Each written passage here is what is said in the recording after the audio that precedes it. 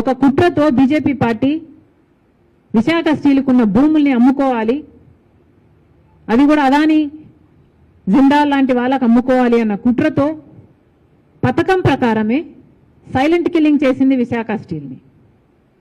ఒక్కొక్కటిగా ఒక్కొక్క రకంగా విశాఖ స్టీల్ని నాశనం చేసుకుంటూ వచ్చింది. రా మెటీరియల్ కావాల్సి ఉంటే సగానికి సగం రా మెటీరియల్ రాకుండా చేసింది. ఒక్క రకంగా కూడా ఆదుకోలేదు. ఎన్ఎండిసి కాస్ట్ను కూడా, రా మెటీరియల్ కాస్ట్ను కూడా పెంచేశారు. దాంతో ఇంకా ప్రొడక్షన్ దెబ్బతింది. రా మెటీరియల్ లేక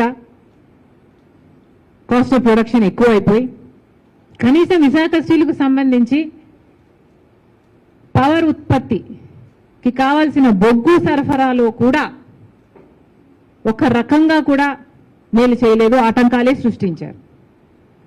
ఆఖరికి విశాఖ స్టీల్కు సంబంధించి వాళ్ళకు ట్రాన్స్పోర్టేషన్ కావాల్సిన పోర్ట్ ఫెసిలిటీ కూడా ఇంతకుముందు గంగవరం పోర్టు తక్కువ ధరకే ఆ లాజిస్టిక్స్ వర్కౌట్ అయ్యేది.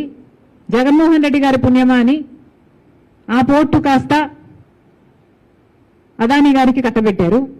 రాజశేఖర రెడ్డి గారి కొడుకై ఉండి రాజశేఖర రెడ్డి గారు 30 ఏళ్లలో ఆ పోర్టు మళ్ళీ ప్రభుత్వం చేతికి రావాలి అని తలంచితే దాంట్లో 20 ఏళ్ళు అయ్యేపోయింది.